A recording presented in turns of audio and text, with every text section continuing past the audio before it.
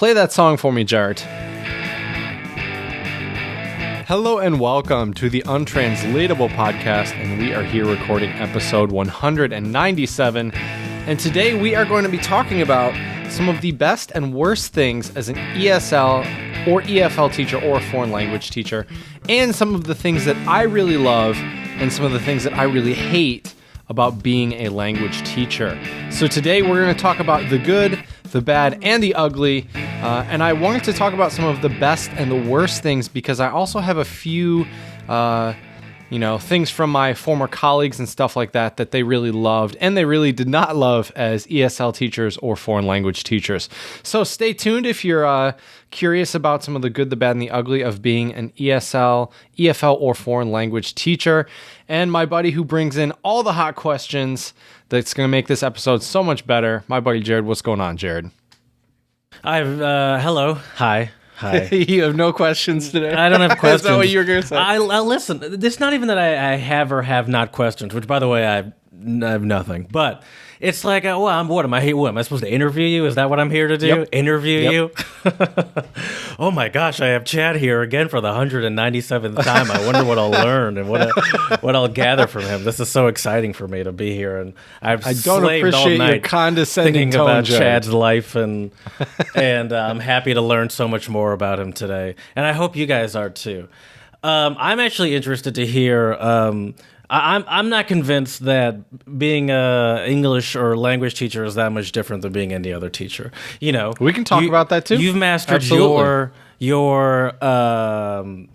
your field, much like a mathematician is great at math, for example. Sure. And you can never teach a math class, but Definitely not. Some mathematician could probably never teach a language class. Well, unless they learn that language, then they probably could. Which is why I'm thinking we can talk about that. We can talk about that. Stay tuned, people. Stay tuned. First, not please. Not even 5 minutes in, Jared's already getting me riled up. I love it. Follow us on Instagram, Untranslatable Podcast. I went for a socially distant walk yesterday, and I saw some beautiful sights of Ferndale. It's really messing with me, though, because, it's both hot and cold, sunny and snowing. You never know what's going to happen. The yin and the yang, Jared. At any moment. Yep. It could be snowing or sunny outside, and it's like, all right. Always changing here in Michigan. Didn't see that one coming, but I'm up for a challenge. You can also follow us on Twitter, Untranslatable1, the number 1, and please 5-star reviews on iTunes and Stitcher would be greatly appreciated. And if you do, we will say Spasiba. You got the S in there. Very good. Spasiba. No, it's you didn't. It was just me. My brain automatically. You didn't see. It was me. Sneaky. Spasiba. Tricks, people. Tricks. Oh man, I'm like a ventriloquist. 5-star reviews on iTunes and Stitcher. Spasiba. And that's it. Yeah, I'm on vacation right now. Really, there's no difference. Staycation. Yeah, for sure. Staycation. There's no difference between a staycation and a vacation at this point, but I should be in Italy, and I'm going to take advantage of that.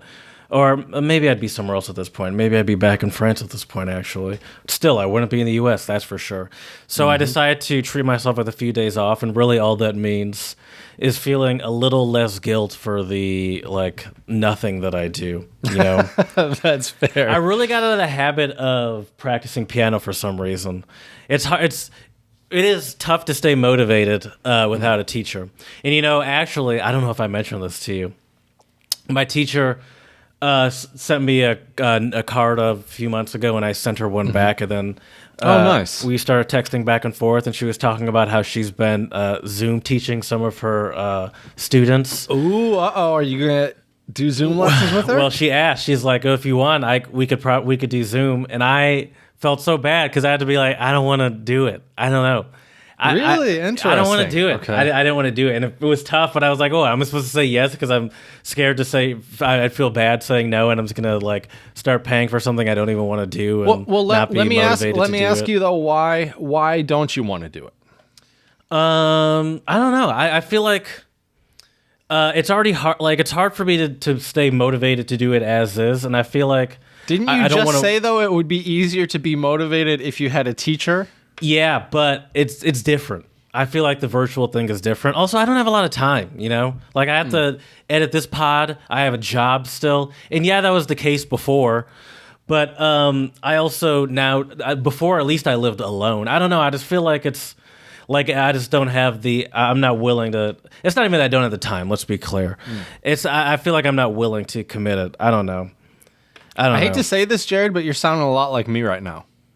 What do you mean I'm sounding a lot like you? How am I sounding like you? Because I feel like you say, oh, do this or do that. Or I say, well, I would do this, but, and then I give a bunch of reasons or excuses why not to. Yeah, but I was never, I was never in a place, like, I didn't ask for this, you know? Oh, that's fair. She came to me. It's not true. like I've been saying, oh, I need to get a teacher and get back into it. I think you should try it, though. Try at least once or twice and see. No? I don't know. I don't know. Maybe it's I don't know. I don't know. I just don't want to do it. I don't know. I don't like FaceTiming people. There's also a little bit of that. I don't know. Oh, that's fair. It's That's Zooming, fair. But, Yeah, but you're right. Yeah, it's not like you could do a Zoom piano lesson with your camera off. That's not going to really work. I don't know. It's just, it's weird. I mean, logistically, it's difficult. You know, but you know, I have to give a lot of props to your piano teacher for doing that, because from my understanding, she's also a bit of an older lady, isn't she? Yeah, she's probably late 60s. And I don't want to be ageist here, but I know plenty of people who are over 50 and having a lot of difficulties with moving everything virtual for the time being. I mean, I work with a lot of people over 50. I'm sure you know firsthand. I work with people under 50 too, and I've seen a lot of tech snafus. Right. Oh yeah, She will. If it makes you feel any better, she commented on that herself. She's like, I'm, blah blah blah years old, and look at me, adapting to these times or whatever it is she said. But I'm with you. I just feel like I'm not willing to commit. I don't know if I'm not willing to commit the time. And I can admit that about myself. There's no reason for me to just like put myself through something I don't want to do just to either make her feel better or because I think I have to do it. Right. I mean, you should be doing it because of you just are the joy of your heart wanting to do it. Yeah, that's true. Right. Yeah, and I've been here for almost a year at this point. We're back in Michigan for almost a year at this point, and it's like I could have found a teacher at any point. But way before that, in person, if I really wanted to, or I know that I could find a teacher through Zoom probably now. And I haven't tried because I don't know. I hope to get back into it, and I hope to seriously be. But I don't know. I'm not a pianist. It's a hobby, It's a hobby that it's fun to do. It's not like it's different than you. This is your life. If you just stopped, people might think there's something wrong with you at this point. What? What you mean? If I stopped with this? Yeah, if you stopped with the axe that's blending into the desks behind you, people would find that concerning. For me, it was just like a fun sort of hobby, and it still is. And I still noodle occasionally, but, I never really go longer than like 10 minutes, really. So, I mean, well, right now I should probably have a stricter practice regimen, but right now I'm doing just a lot of learning songs, noodling while I'm watching movies and series on Netflix and stuff. Yeah. But I'm not in a place where I can really, I can do that, but I definitely can do that, but it's a little more Carry natural your keyboard for you. into the living room, put it on your lap while you're most of my watching. time is spent in this room. That's fair. That is fair. I could do that. It's just it's more natural for you, so I feel like it's easier to be fun for you because you actually kind of can make a song out of nowhere. I can't too. I think you could to listen to. That's debatable. I think with practice, it'd be pretty listenable. Well, that's very nice of you, Chad. You're very... I try my best, Jared. I want to just briefly, before we get into the shout-outs, I want to bring up why I wanted to do today's teacher episode. Okay. A couple different reasons. One, I have just realized how much I miss, and I'm sure there's plenty of other teachers who share the same sentiment right now, how much I miss being in the classroom with my students. I really missed it, and I was kind of looking through pictures on one of my old phones and looking through some of the pictures from stuff in China, and I just kind of realized that there were a lot of great things that I've experienced so far as a language teacher. And I do think some of them are similar to what a regular teacher would experience, math teacher, science teacher, whatever. But I do think there are some specific ones that are language teacher specific. And I was also thinking of some of the negative things as well that kind of grind my gears, as Peter Griffin on Family Guy would say, about being a language teacher. What grinds my gears?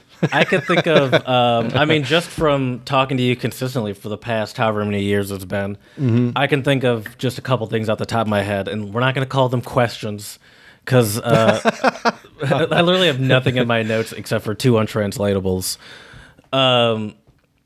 But yeah, I could definitely just think of things that, like, from someone that has a normal sort of 9-to-5 office job, and from looking at your life from the outside in, I could think of some things where I'd be like, oh, that would be, I could imagine that would be nice to have that in my career or in my life. I'm excited to talk to you about these in a bit. I could do without that part, Right. Like that's sure. something that would definitely keep me away from being interested in that profession. That's I can think of both. That is fair, and we'll talk about that in a little bit. But now I think it's time that we spread a little love. Let's do it. There we go. Let's do it. My first shout out, Jared, goes out, and we've given him shout outs before because he is definitely a very generous gent. And my first shout out, I have a few today. My first shout out goes out to Guy Fieri. Guy Fieri has been doing. If you're gonna give him a shout out, put some respect on his name. The mayor of Flavortown, Guy Fieri, is that? No, that's not what I meant. That's hilarious. Yeah, give him his proper credentials. The honorary mayor of Flavortown. No, it's Guy Fieri. Fieri. Is that how you're supposed to say it? Yeah, that's how you say his made-up last name, Fieri. Okay, good to know. By the way, that is not his real last name, but that is how you pronounce it. That's how he pronounces it, Fieri. That's fair. Fun fact, I've never heard him say his last name. But anyway, so he has. You've never watched Triple D's? What? You've never watched Triple D, Diners, Drive-Ins, and Dives? I've like seen it on TV briefly, but I've never really watched it. Sure. But I know who Guy Fieri is. Guy Fieri, as Jared would say, is. Don't want to be disrespectful here. But he has raised, Jared, about $21.5 million to help out restaurant workers around the country. Because right now, I think a lot of restaurants have been suffering quite a bit because of the pandemic. Their dining rooms are closed. They've had to lay off or furlough workers, all sorts of, bad stuff. And it's really great to see him step up and help out so many restaurant workers. $21.5 million is definitely not chump change, that's for sure. So shout out to you, Mayor of Flavortown. He would love a ham horn. I heard sure. about this. I'm the mayor of Podcast Town. No one listens to more podcasts than me. People might listen to as many podcasts as me, but no one. It's almost impossible. Yeah, can't listen to more unless you have a time machine. Or can pause time. Well, or actually, time. I take that back. It's definitely possible because people listen to podcasts on ×2 and like ×1.5. I don't do that. I do ×2 for most of my YouTube videos unless they're music associated. Yeah, I don't do that. The music ones, when you forget that it's on like double time, it's either really funny. I also sometimes like to mess around with it and like put it at halftime. Yeah, and then it kind of sounds like it's really great. Yeah, it's interesting. Speaking of music, Jared. I heard him. Sorry, all I was gonna say was I heard Guy Fieri talking about that on a podcast, and nice. He was saying he was doing it for like restaurant, all those restaurant employees, and it's like that's these people like. It's actually interesting. I also heard now obviously a lot of them are out of work and getting unemployment is annoying, and and even with unemployment, they make more, but they still probably end up making a little bit less if they get good tips. But it's interesting to think that a lot of these restaurant workers probably make more, or at least like hourly are making more on unemployment than they would if they actually worked at a restaurant because they're making, I assume, at least minimum wage. Right. Yeah, that's true. That is true. All right, my last shout out for today, though, Jared, goes out to a few people. Number one is Chance the Rapper, who has surprised a Haley Wells middle school teacher with a national award, including $30,000 in prize money during a virtual award ceremony last Friday. So streaming to his 11 million followers on Instagram, Chance gave the final of 10 awards to Michael Doggett, an English teacher at the Clarksburg School. The awards were presented over 3 days during National Teacher Appreciation Week. Didn't even get a text from Jared saying thank you to me as a teacher. So, that really hurt, Jared. Really hurt. There's an edible arrangement in the mail. Oh, good. Okay, perfect. But yeah. And so I think this is just really great that Chance is recognizing these teachers and doing something, giving back. Chance the Rapper has always been quite a philanthropic guy, has done so much for the city of Chicago and for so many different people. So we send lots of love to Chance the Rapper and also Michael Doggett, the English teacher as well. Very fitting for our teachers edition today, Jared. Speaking of Instagram phenomena, did you by any chance tune into any of what happened yesterday between Jill Scott and Erykah Badu on their live? No. Jill Scott and Erykah Badu, two staples, singing staples. Love me some Erykah Badu. I haven't really heard much of the other one. Jill Scott, they did a Instagram live together. Okay. And they were talking about their early career and playing a bunch of their hits and just talking about it, and it was huge. It was awesome. It was like hours long. I didn't watch all of it, but I watched a good bit of it. And at some point, like over 700,000 people were tuning into it. Michelle Obama was in there. She tagged Barack Obama to come in. There, like you just scroll through the list of people in there, and it was just like a who's who. I was like, this is crazy. That's pretty awesome. It was a lot of fun. It was so cool. And stuff like this only happening because we're all trapped at home, and they're like, hey, why don't we do an Instagram? Like, I feel like these two people never would have done that otherwise. Or even if they would have, there's no way that many people would have tuned in, I bet. But it was really cool to see. Most definitely. It was an untranslatable experience. Oh, good little segue there, buddy. No, it wasn't. I don't encourage such things. I'll get us started today, Jared. Okay. I will start us off with a couple Finnish untranslatables. I really like Finnish. It's an interesting language, and the spelling is always pretty interesting. So here we go. Aamu on ilta viisampi, which means the morning is wiser than the evening. Oh, it's like your best thinking hours are when you first wake up. Wake up early, and it's like it's telling you to wake up early, or it's like the early bird gets the worm. Not quite. I see why you would think that, but not quite. I'm trying to think. We have an English untranslatable that's kind of similar to this one. We would say, so ours also has to do with night or sleeping, Jared. The English untranslatable. A night owl? I'm not sure if I'm going to buy this today. I'm going to think about it. I'm going to sleep on it. Sleep on it. There we go. What was the Finnish one? The literal? The morning is wiser than the evening. Okay. Meaning, I guess, give yourself some time to think about it, sleep on it. Yeah. We'll make a decision tomorrow morning, rather than I understand that. That makes sense. Which I think is true. I think that's pretty true. That the morning is wiser, that it's important to sleep on it. That it's important to sleep on something. Sure. If it's a big decision, wait a night if you can sleep on it. Yeah. I think it's useful to marinate a little bit. Especially if it's something that you're excited about, something that might be expensive, but you're excited about. It's easy to get impulse buy, get super excited, easy. But then you think about it a little bit. You're like, I don't really need this. That's why I have this classroom. It's just walls of guitars back here, Jared. That's totally me. I can sleep on it. I'm definitely a good you do not need this. I'm good at that. Right. Yeah, that's a good thing. Speaking of which, we did get our bidet. I don't know if I mentioned that to you. Oh yeah, you said you ordered it. Yeah. No, it came in. Game changer. I'll bet. I'm still trying to figure it out fully though. My first untranslatable is Romanian, and it's Ka magarul I in Tseeta. sa ka magarul in sieta. Like a donkey in the mist. Like a donkey. So Like many a things donkey are in the mist. coming to mind right now, but I'm not even sure where to begin. Like a donkey in the mist. Of course, like a donkey in the mist.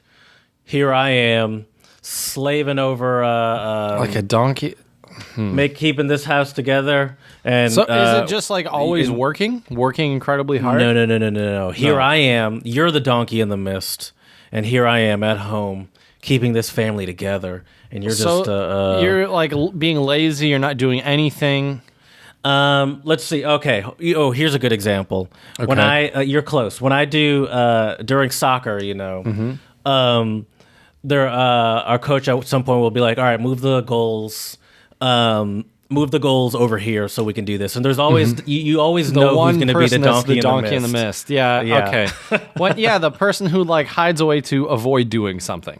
Sure, disappearing when you're most needed. Yeah. Okay. Yeah. That's a much better way to say it. Yeah. Or it's like I'm sure you've seen this too, where it's like everyone's moving the goal and there's the one person that just lifts their hands and he's like, "Oh, I haven't been doing anything."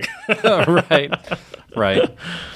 All right. My next one is also Finnish, and it is "Ai kisassa tilta eksi," which means "who asks for the road doesn't get lost."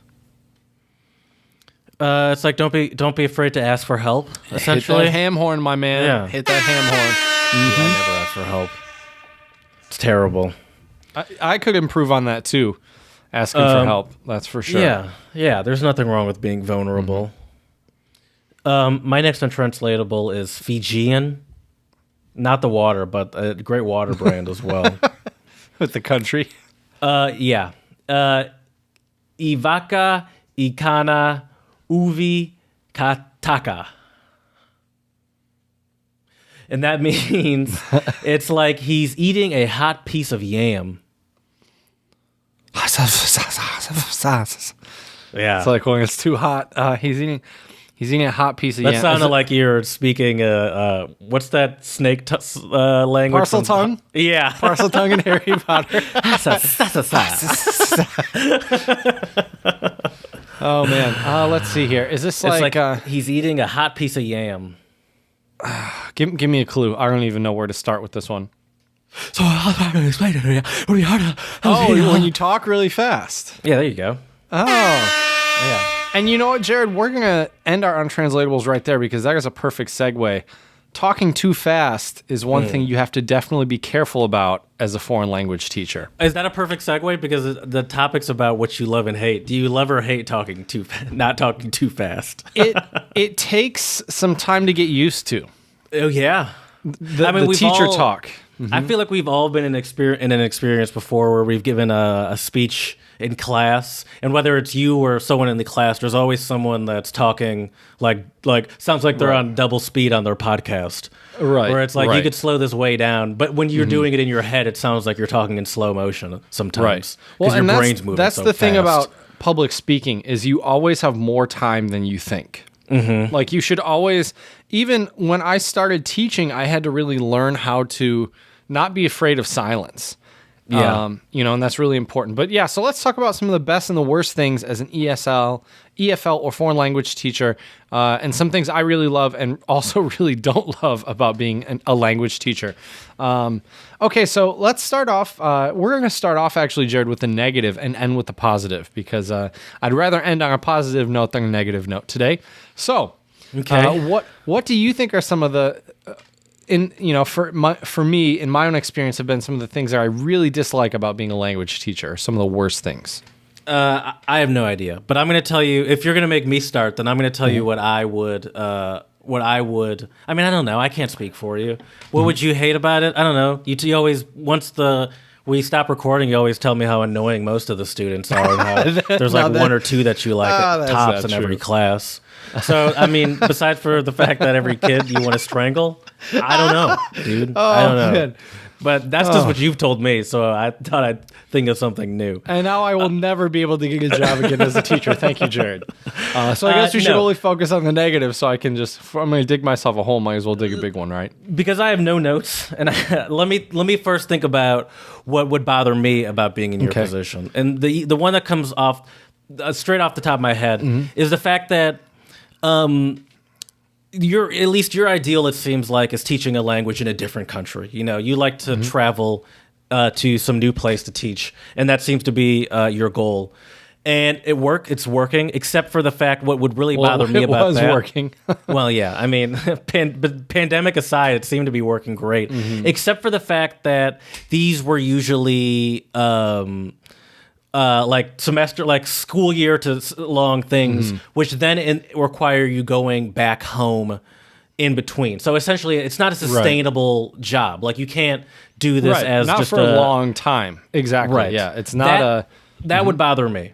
Like having to sort of stop in between. You know, from time to time. I mean, I'll tell you, this is going to sound incredibly redundant, but as I get older, this idea of one new place, you know, here for this year, here for that year, it's getting old. As I get older, it's definitely getting old. Yeah.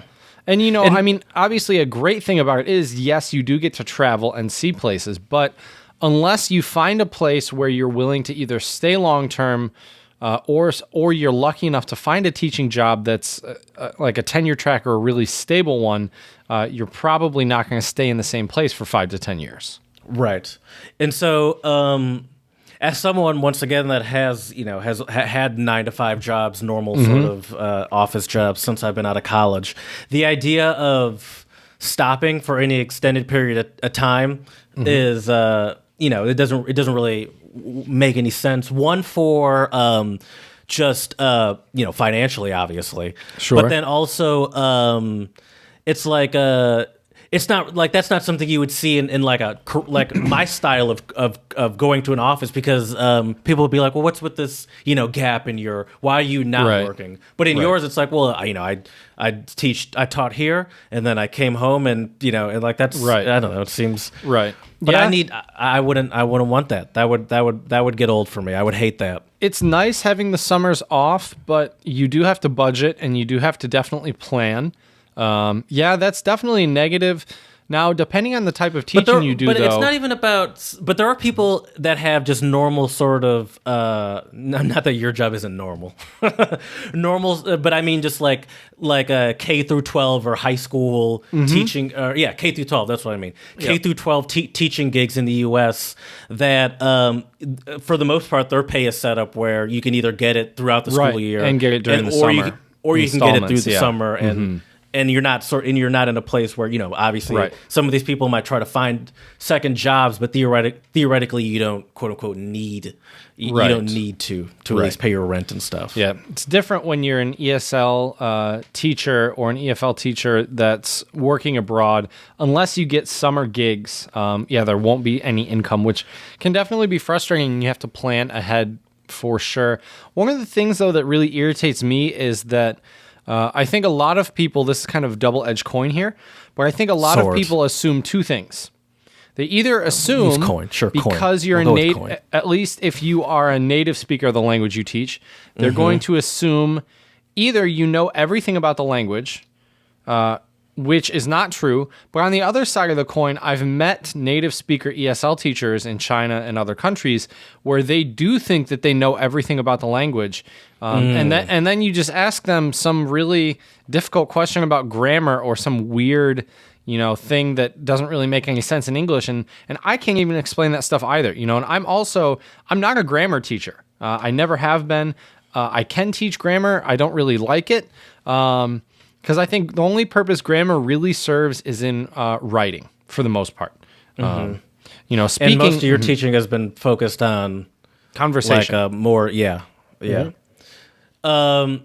So does the idea of having one of those, at least to me, as a language teacher, I'll say maybe that. Granted, being a teacher in K through 12 seems like a tricky career path in general. Not tricky, but it seems exhausting. Let me put it that way. It seems exhausting. It's a lot of work. It also, it seems as a language teacher, I feel like it would feel kind of soul sucking. Because at least in my experience, being in those K through 12 classrooms, seeing me and other people take I never took Spanish, but take French, and people in the Spanish classes in essentially the same situation we are in our French classes, not really learning anything, and just and doing that for years and years, and coming out knowing the most basic of sentences, Right. Yeah. It's like what's the point, Right. 1 second, Jared. I thought my laptop was plugged in. It's the wrong plug. Let me just plug it in real quick. All right, I'll keep going then. I can still as hear someone ya. that is in a situation like that, I would hate to have to show up to work every day knowing that both me and the students both know it's like, listen, we're going to do this for an hour, 45 minutes or whatever, and I'm going to see you guys next week. I'm going to teach you guys Dati for the 48th time, and you're not going to get it. It's like, It does- I don't know. it does get It seems repetitive. soul-sucking. Yeah, it does. I feel like in your situation, you're set up to see more real-life results. It's more active. Yes. You're actually trying to, I feel And like, it's get something fun. more specific out of these students. Right. Yeah. Well, definitely, and we have a lot of fun together too. But I think the big thing with teaching and not making it soul sucking is even when you have to teach that same grammar point for the millionth time, try something different. Experiment a little bit. That's always I did a variation on the same workshop like 4 or 5 times while I was in China. And changed it based on my target audience, and I enjoyed it every time. But if I would have given the same presentation, and I could have, it was general enough where I could have, but I would have been bored by the third one. The third one, I would have been like, okay, and today we're talking. It would have been terrible. Yeah. So yeah, and the other thing is too is sometimes as a language teacher, and this is as I mentioned at the top of the show, there will be some things that carry over to just what normal teachers experience as well, and some that are a bit more specific to language teaching. But teaching stuff that the students find boring, that you also find boring, sometimes you can make it fun, but there's only so many ways you can make learning, I don't know, present progressive tense in English fun, And I don't know about you, but I feel like you can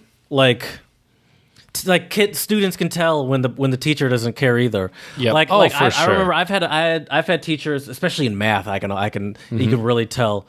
I've had teachers that just are robots at the board, and then I had this one teacher, and I don't like math, but this guy, he loved math, and it was clear. Okay. And we would sometimes just throw out random equations at him for fun, and he would love to just try to figure it out because he was cool. a legit genius. And so we would just throw out random facts from math facts from long ago. But see, He'd be that would be a class I would enjoy. 3,442.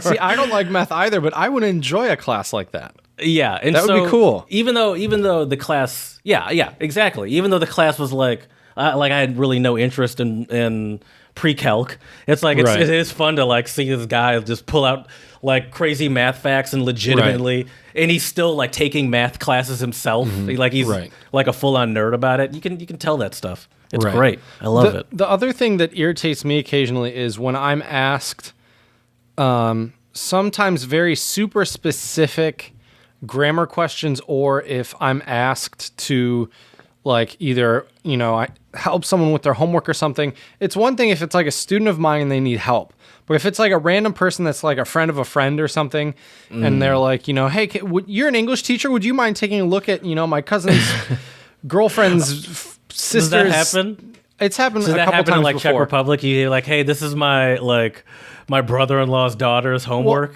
Well, for them, I got offers to tutor them, and I just didn't take them. But they basically said you can come over and help with homework, and I was just like, I'm not. That's kind of. I guess I never really thought about that. You've even before you were a teacher, I've been around you when people have asked you to tutor their. Tutor their. I was like, Yes, he's you in have. college still. Yep. So yeah, and with that being said, like the other day, I got something from a former colleague of mine.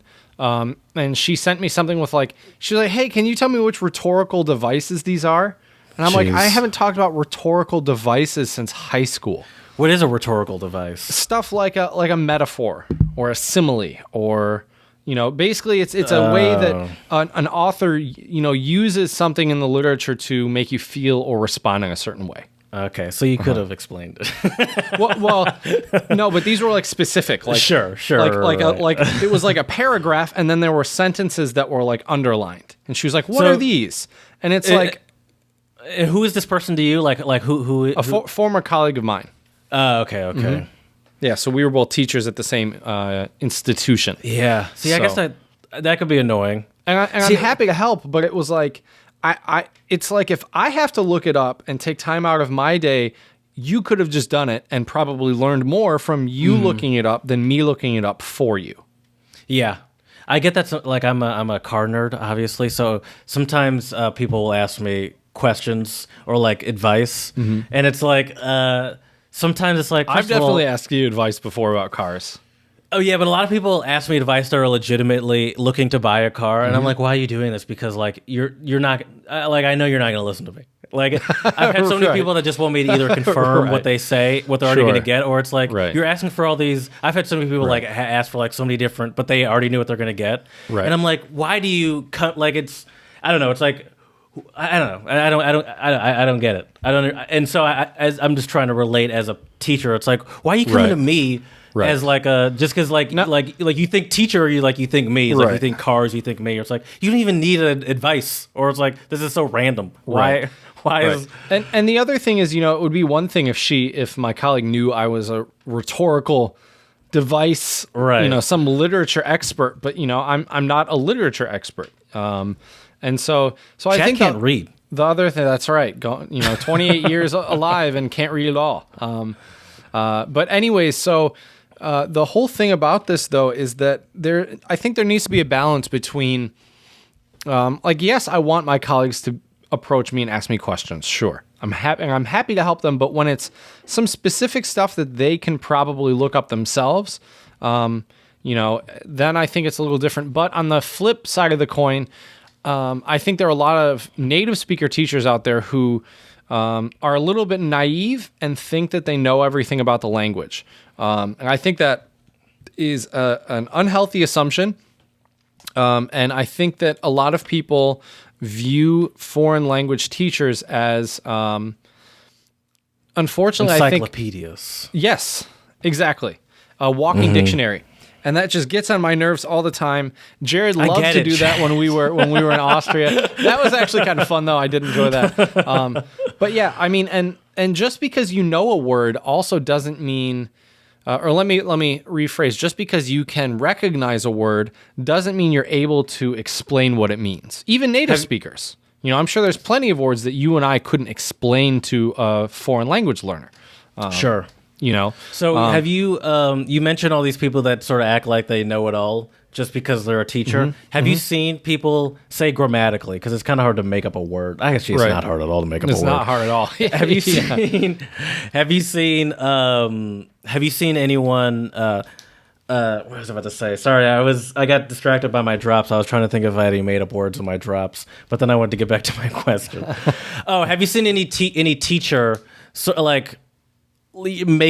pretend like they know some answer to maybe some sort of grammar rule or something, and just be wrong, right? And would you actually that person, or just let them be wrong? Yeah, I've seen teachers explain things wrong incorrectly.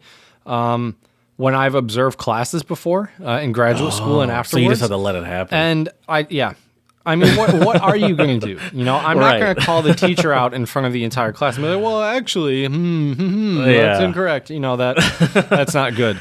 But I have talked to a few of them after class. Does it hurt to let it go? Oh, you do? After class. Okay. After class. Come see me after class. It's a weird phrase to say when you're observing someone's lesson, but yeah. So are these people older than you? You do this to old people older than you? Yeah. Oh, wow. Yeah. I mean, is that part of the job or something? I've done it with people my age and younger too, that were my peers in grad school. So I have my boss is Italian, and so sometimes when we're we put together a lot of presentations and stuff, and sometimes if he puts something together, he'll send it to me and ask me to proofread it, and well, at least it's not really that bad anymore. But when I first got there at the beginning, sometimes I would feel bad like fixing stuff where I'm like, well, technically people will understand it, or like I get what he's saying. I feel bad like nitpicking every little thing, but then he got to the point where he's like, no, this is what I want. Yeah, he's like, I told you to fix it, it, and I was like, all right, exactly. I think in that case it would be better to fix it. I think you definitely did the right thing. But yeah, I guess so. But it just feels weird being in that position. I don't know. Right. It does feel weird. Right. I don't know how you do it, because it's like, I don't know. You're older than me. You're an adult. Like, we all know what you're saying. I feel weird. Right. But like, I don't know. But that's why clearly you I came know to you. English better than you. I'm from here. I get it. It's just I feel weird telling someone what to do. Right. Yeah. Well, and Jared, that can be also one of the other worst things about being, and this goes for any teacher, is classroom discipline. I was just about to say, you haven't mentioned the students yet. Yep. And I've been very fortunate. I've only had a few what I would even consider bad students. I've had a couple. What makes up a bad student? Give us their name first and last. First, okay, of all. Their name. Their name. Let me tell you their height, their weight, their address as well while you're at it. So what makes a bad student? I mean, they were just disruptful. Interrupting the class, kind of goofing around, not turning in assignments. Stuff like that, and in my classes as well, I think we really try to build a community of respect, and if everyone else is paying attention and doing what they need to do, it makes it really awkward for that one person. And I'm not a confrontational person whatsoever, and I do not enjoy those moments, but I've had to have them before in my teaching career. Correct me if I'm wrong. I've never been in one of your classes, but I feel like you sort of try to get this environment of listen, I'm not your boss. I'm one of the cool teachers. You turn your chair around and sit backwards in your chair, and you're like, come on, put your hat on backwards, kind of teacher. And your homework for tomorrow is to take a walk outside. Have you? It's kind of like I when I think about your teaching style, I think, have you ever watched Bad Teacher? Boy Meets World. Boy Meets World. Mr. Feeney? Not Mr. Feeney. You do not remind me. He's a very strict old school teacher. I was going to say. Who was the other teacher? That young guy that sort of looked like a cowboy, rode a motorcycle. Oh yeah, Sean lived with them for a bit. I don't remember his name. I can't think of his name. It's been so long, but yeah. But that's who I kind of think of with you, where it's like, but he definitely had this thing where it's like, yeah, I'm your friend, but I'm still like a authoritative figure. That's a very hard line. To very difficult. Because actually, even in that show, a few times it bit. I need to find this guy's name. It bit that guy in the butt, Mr. Turner.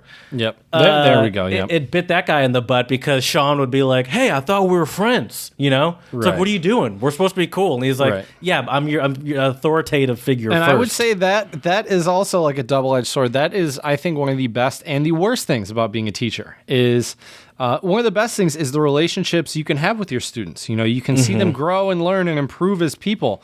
And I have students from the Czech Republic that were my students, and now I would definitely consider them my friends. But it's very difficult, especially if you are doing things with those students outside of the classroom and are still teaching them. It's a hard line to walk, and it's not always easy. And especially, I feel like it's even harder. At least it seemed like it from when you were in Czech Republic, definitely than in China, just because of the cultures. Right. But like the Czech Republic, and the age difference wasn't that much. Okay, your students would like ask you to come hang out and get drinks and stuff. Yep, and it's not frowned upon in a lot of European countries, including Czech Republic. But there's definitely a fine line there that you have to balance. Oh, for sure. So stuff doesn't get weird. Sure. Yeah, and that's one of the bad things though too is I think language teachers in general, there is teachers in general as well, but I think especially language teachers, there's a lot of lack of respect. I think with the community, with other teachers, and I think. Do you think learning a different language or having a mastery of a different language doesn't seem as impressive as like being a mathematician or a physicist or something like that? Depending on some who hard you ask, science or something, depending on who you ask, I would say yes. I experienced that. I feel like even a bit in college, where you too. because you had even more frivolous majors than I did. Right. True. Very true. No, I'm kidding. We both experienced this, like, especially with like the science people would be like I had a few times where like I would get like a good grade on some sort of economics related and be like, well, but I'm a chemistry major, so it's harder. And I was like, I think I just chose the right the right path. I don't know. Right. It's so weird that there are different difficulties in every field too. Right. Yeah. I've never liked that either. It's like comparing the hardness of someone's major is such a weird thing to. It's stupid. Yeah. It's like, well, also I'm a language person, or you are, because I chose something that I realized I was good at and passionate about. Right. Exactly. Maybe you didn't find that. Right. And I think a lot of, especially in the context of teachers going abroad to teach, especially English teachers, I think a lot of people don't necessarily view them. Oh yeah, they don't give them the respect they deserve. Like, right. You just came and we all can speak English. And to some respect, I think there is a little bit of validity to that. Where I do think there are some teachers that go abroad right when they graduate to party and travel and have fun. That's okay, but it kind of finding gives each English teaching job, it seems like an easy sort of like, what are sort of something I could do? What's a job I could find? Well, I speak English. Exactly. And for me, especially when I tell people I'm an ESL or an EFL teacher, one, they usually don't know what that is. And then when I explain it to them, they still, I don't know, I've had a couple of people in Dexter where I'm living right now, make some kind of offhand, slightly racist comments about it. And I'm like, well, listen here, idiot. If it wasn't for me, your racist ass wouldn't even be able to talk to these people because they wouldn't speak English. So yeah, the irony is those are probably the same people that are like, speak English, you're in America. Exactly. Exactly. I think teachers across the board need to be more respected. I think there are plenty of cultures where teachers do get a lot more respect. But yeah, and it seems, I mean, that's a great point. We're in a culture that notoriously underappreciates teachers. Oh, definitely. Here in the United States. Another thing that I think is one of the best things about language teaching, but also is viewed kind of negatively, is using games and playing and having fun in the classroom. I think, to me, that is one of my favorite things about being a language teacher, is there are so many games you can play, and they're fun, right? Yeah. And who doesn't love a game? But here's the thing. I think there's a lot of higher-ups in education and parents who see their kids having fun, and they don't think their kids are learning. I had a colleague of mine ask me one time while I was still in China. She said, "Well, how do these tenured professors feel about I was telling them about that I was doing this workshop on games. I had told my colleague in China that I had asked for some advice from my professors back at MSU, and she said, "Oh, well, how do these tenured professors, these really smart kind of individuals, how do they feel about you using games in the classroom?" And I was curious to why she was asking me that, and I said, well, they're fine with it. I mean, it was actually one of their ideas. You use games in your teaching quite a bit. Why not do a workshop? And I was like, that's a great idea. And she said, well, there's a lot of teachers and a lot of higher ups in different countries that don't think games are a good way to learn a language. I would argue very differently. I wonder, I wonder if when you were in China and you were, teaching these seminars on games, and sometimes trying to, at least if you're not doing it in your classroom, at least in like your language table thing, conversation circles, you're incorporating games. Right. I wonder if the maybe Chinese teachers that were inviting you to present on games would respect the presentation on games as much if it was coming from another Chinese teacher, for example. If they it's hard to say. Like I wonder if they're like, oh, he's American. They're kind of weird. Right. They have weird. They do weird stuff over there, and so it's interesting to hear what this. But like, I wonder if they would respect have as much respect for another Chinese teacher. A local teacher. It's hard to say, and I think that's an issue, and that might be a fun episode to talk about in the future too. Is this idea of the native, what we call in second language acquisition, the native speaker fallacy. It's Yeah. basically this fallacy that native speakers are better teachers of their own native language, which I think is really false. I think people who actually learn the language can teach certain aspects better than others. It really depends.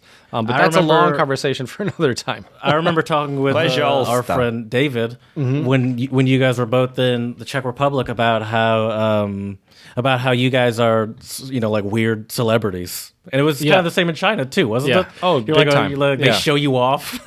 Kind of, yeah. Like, Yeah, it is a little strange for sure. Yeah.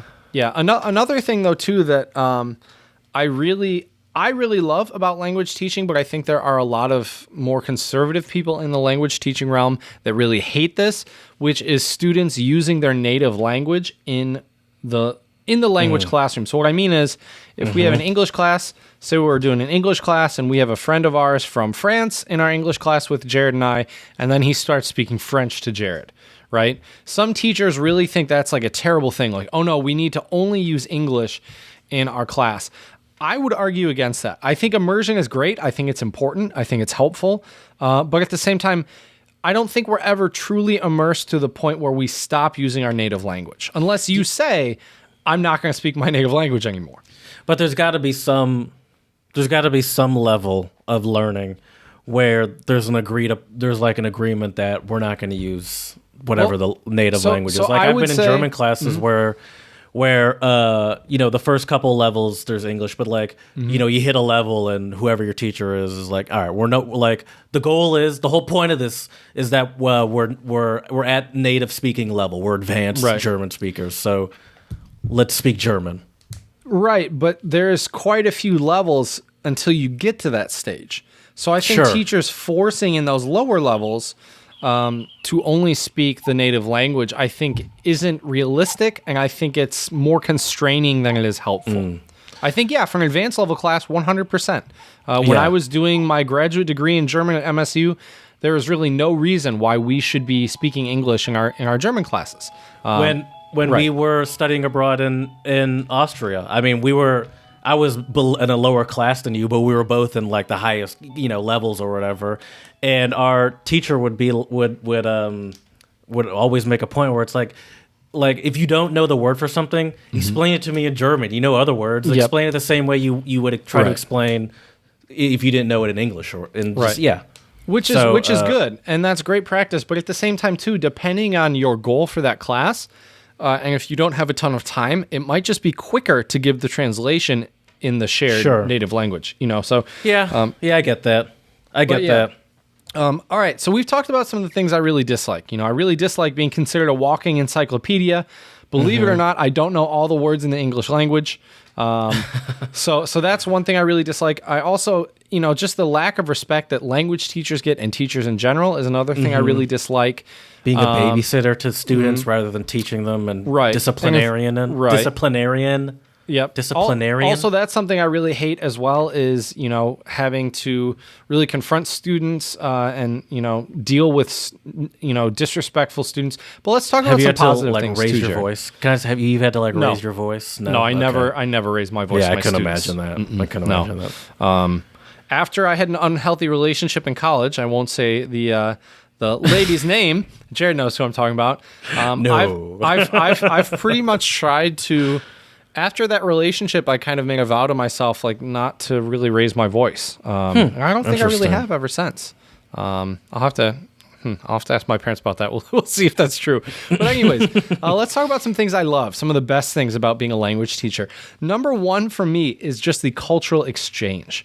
All of your students, out of necessity, are from, usually at least, from a different country or a different culture, different background. So there's a lot you can learn. I had a class with students from Saudi Arabia, and it was really interesting to talk about, what is life like in Saudi Arabia? How are you adjusting to life here? What are some similarities? What are some differences?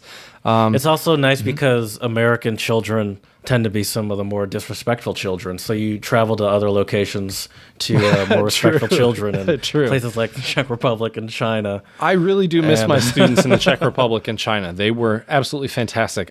Which leads me to the second thing I guess that I really love about teaching is not only the things you learn from the students, but the students themselves. It's just such a great experience if you're a people person, obviously, if you're not a people person, I guess you probably wouldn't be going into teaching anyways. But yeah, I mean, I've had some students actually from my time as a teaching assistant write me like 3-4 years down the road, just, a quick email. Hi, how are you? I'm now doing this. I had a student of mine that was in my German 101 class who now is living in Freiburg, Germany. Oh, wow. So are any of these people, are you old enough to have students that now like have graduated and have a real job? Yeah. Yeah, one of my student in Freiburg. Oh, that person. My student in Freiburg, yeah. I thought maybe they were in college and or the something. crazy thing is I was her first German teacher. Oh, wow. Ever. First German teacher really? ever. Yeah. Oh, she was in my kept it 101 class, yeah. Wow. Yeah. This was at from MSU or something? MSU, yeah, exactly. So it's stuff like that really I think makes teaching worthwhile. It's a great. I mean, that'll part keep about you going for a whole nother semester for sure. Right there, definitely, alone, one of those. definitely for sure. Another great thing, I'm one of the best things about the youth of the future. Right. Now, another thing I think that's a really big positive of being a foreign language teacher is I do think, depending on the circumstances, I do think there is some flexibility of where you can kind of choose where you want to live and work a little bit. There are schools all over the world. If we're talking about a language prominent like English, you can find jobs anywhere. They're not all high paying, but you can find a job somewhere. Yeah. And it seems like that's also, I mean, not easy, but with like a K through 12 kind of job too. It seems like if you have the ability to kind of choose your state. Maybe not your exact location, but you could probably at least choose your state that you want to live in if you wanted to. Yeah, I would say so. Most definitely. Let's see some other things I love about being a language teacher. It's honestly, I think it's. I mean, it's. I have one that I'm always jealous of. Okay, let's hear it. Is I feel like there's so many travel opportunities you've gotten that only because you, but a lot of travel opportunities you've gotten have been made possible because of your teaching. Yeah, like definitely. Especially in China, where your job was to travel. Part of your job was to travel, and you got to see a lot of cool places that you, and you got to see a lot of cool places that you probably never really considered adding to your list, like Mongolia, for example, or some places in China. I loved Mongolia. I want to go back someday so bad. Ulaanbaatar was great. Don't get me started, Jared. Don't get me started. And even in Czech Republic. Now, some of the places that you got to go in Czech Republic, you've obviously been to before. You went to Vienna, and Berlin, and stuff like that. But it just gives you the opportunity to do those travels. Where for me, I got to do the travel once, and it cost me $1,000 or whatever. Right. And it's like I've always been that's always been one of the things I've been jealous of. It's like, oh yeah, these jobs allow you and pay for you to see all these which is a big cool plus places for sure. Yeah. I'll leave us on a slightly cheesy note, but it's very true. I think the best thing and the thing I love the most about being a language teacher or teacher in general is to just see my students improve and grow. And be a part of that process. I think it's really great. Of course. I have one more, though. Now, that is, of course, that's got to be what actually gets you to wake up every morning. If you just show up and, like, for example, that's why I feel like teaching at, like, a language at, like, a normal American K through 12 seems a little soul-sucking because I feel like you don't see as much as of that progress. You get, like, one student a year that you're, like, proud of, and all the other ones. Well, that's the difference between college, I would say. But the other thing is, too, Jared, I mean, if you are in those school systems for a long period of time in a smaller town, I mean, you probably will still kind of hear about them and know about them as they grow. And I was pretty close with a lot of teachers when I was younger, so I'm still in contact with some of them. But yeah, I agree with what you're saying, though, for sure. I have one more question, though. I haven't been able to figure out where this would go. Okay. So you, we already talked about that. Ideally, it's not great to have to, come back and stay with your parents even for a few months. Ideally, you have a job where you can just, fully support yourself and not have to do that. But I want to ask about specifically the decision-making process on where you're going to go. That's got to be a fun part of the job where you're, maybe it's few months into one country. Like, when you're halfway through Czech Republic or whenever you decide, you're like, what's going to happen once I'm done here? I don't think I'm going to For me, it was stay. 2 months. I was in the Czech Republic for 2 months, and then I already had to start thinking about it. Is that just because that's when you have to start applying for something for new? certain programs, Okay. Yeah, for certain programs. Is that I feel like that could be a mix of both categories, where it's super fun to like start thinking about where you're going to be living next, but obviously then you're sort of on that countdown of like, all right, well that means this in Czech Republic's already coming to an end in a weird way, and then also it's like, all right, now I have to stress about finding another place to go and another job. And I would be willing to argue that if you're really looking for stability as a teacher, I wouldn't recommend going into ESL or EFL. Unless you're happy, unless your idea of stability is living in a foreign country for 5 years, 10 years, something like that, then sure. But if you're trying to stay in the States, for example, I probably would choose a different field to teach in. But yeah, I think there's a lot of great things. Obviously, with the good, there comes the bad as well. It's not fun being considered a walking dictionary. Definitely not fun being viewed as someone who's not a legitimate teacher just because I'm a native speaker, when, I've gone through the coursework, I have the training, I have the certificate if you need to see it, Can I see it? No. It's a 120-hour TOEFL certificate. I'll show you after the show, Jared. All right. But yeah, anyways, though, there's a lot of great things, a couple negative things as well. But let us know at untranslatablepodcast@gmail.com. What are some of your favorite things or least favorite things about teaching or going to school or university? So, Jared, speaking of school and university, we are going to talk about our song of the pod today, which is called School Revolution by the band Voice of, I believe it's pronounced Besaprot, I think, which is a group of 3 girls from Indonesia who play in a metal group, and they're awesome. But tell me, what are your thoughts on the song, Jared? School Revolution. Do you know how old these people are? They look like children. I think 12 or 13. Oh, okay. Yeah, they look like that. I think it's awesome. It's intense. Very intense. Like I don't know the proper words to explain this because it's not my style of music that I usually listen to, but I like it, and I like the definitely the instrumentation. The drums really caught my attention. The bass did too. A lot of great guitar riffs too. Yeah, I see the guitar did too, but then I thought, well, I'm just gonna name all 3 of them. Right. It all caught my attention. Yeah, I mean the musicianship of these girls is fantastic. And it's really interesting too because she kind of, I don't know if you'd call it singing or rapping or what she's doing, but when she does sing, it's interesting. And she uses, I believe it's Bahasa and then some English as well in there. But there isn't even any singing until I think like 2 minutes in. It's just epic. 1 minute and 30 seconds. Yeah. Or so. Yeah, you don't see that often these days. Like that's kind of old school. Now it's like get to it. Right. It's like a 6-minute song, which is even kind of rare. But a lot of tempo changes too, which I think is awesome. I mean, the whole song is like a roller coaster kind of, It's this epic, or like this would be like an epic picture, like some battle on a video game. You know? Yeah, like some boss fight. Yeah, exactly. Yeah, exactly.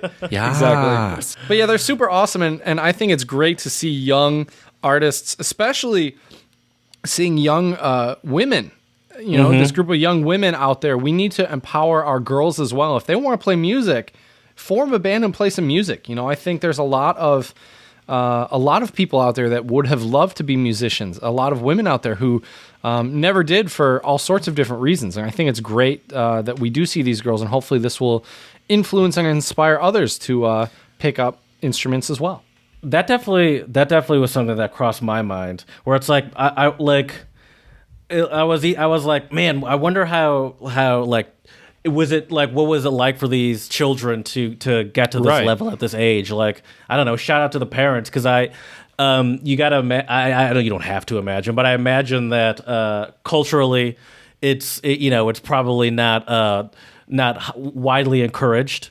Right. And I don't know, shout out to the parents too, I guess. I think it's great. So check it out. It's definitely a wild ride. School Revolution is the name of the song by the group Voice of Besaprot. Check it out. All right, Jared, we've been talking a lot about teaching and learning foreign languages today. Speaking of which, I have a new foreign word of the pod for you today.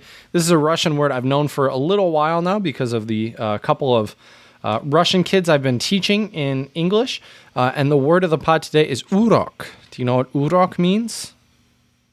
No, but oh man, I wish I didn't even think about urok. Interesting. That actually, besides for the P in there, that looks like that's spelled how you'd expect it to be spelled. Yep. Well, urok, school. the Y is not school. It's lesson. Lesson. Oh, lesson. Lesson. School, I The think, Y, is were you about to say Skola the or Y? something like that. The Y, I think, is a bit misleading. Oh yeah, okay. but, well, yeah. I mean, it's funny you think the Y is misleading, not the P. I mean, Right. it's not a P. It's an I know R. it's not. Yeah, it's a Cyrillic R. But yeah, Yeah. but yeah. So urok. So that means lesson, Urok. which is obviously Okay. very important for teachers. So just to Spasiba. recap, thank you, sir. So just to recap today's episode, there are definitely some negative things. As a foreign language teacher, some people may think you are a walking dictionary.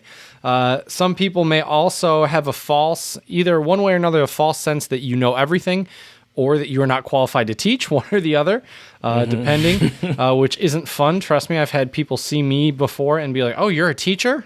Like this young guy, you're a teacher? I don't think I look that young anyway. So, yeah, but there's plenty of positives that outweigh the negatives, right? I mean, working with your students and being able to really make an impact and help them out and have them improve on their language goals is really a heartwarming thing. Another thing, and comparing to my 9-to-5 desk job that I thought about is there's never really a dull moment. Like there are definitely times at the office where I don't have as much going on and it's kind of slow. But at least when you're in the classroom, you have to be on for the whole class. You know, That's true. And so I feel like they're rarely. It's kind of hard to ever be bored. I'll agree in a with classroom. you. I will agree with you with that, Jared. In the classroom, for sure. I will say though, and I can't believe I didn't even mention this in the main lesson segment. Well, I like lesson planning, but the thing I absolutely hate is grading. It's just monotonous. It's time consuming. I hate it. I'm never sure how much feedback to give my students because it's like if I waste too much time, they might not even read it. But if I don't give any, they won't think I read it really. So it's a balancing act. Teaching itself is a balancing act. And today I think we've definitely talked about some of the good and the bad, and hopefully you all can balance them if you are a teacher. So we hope you've enjoyed today's episode. Let us know what you thought and what are your favorite things about teaching or learning at untranslatablepodcast@gmail.com. Check out our Instagram page, Untranslatable Podcast, for pictures of me teaching and us up to all of our different shenanigans. Also, check us out on YouTube, Untranslatable Podcast, for our Song of the Pod playlist. If you want to check out our song for today, School Revolution, by Voice of Bass Prod. It's awesome. Check it out. And lastly, please, 5-star reviews on iTunes and Stitcher. Let us know how we can make this podcast better for you. So, as we say here at the Untranslatable Podcast, Děkujeme, which is gracias, shishi, and do svidania.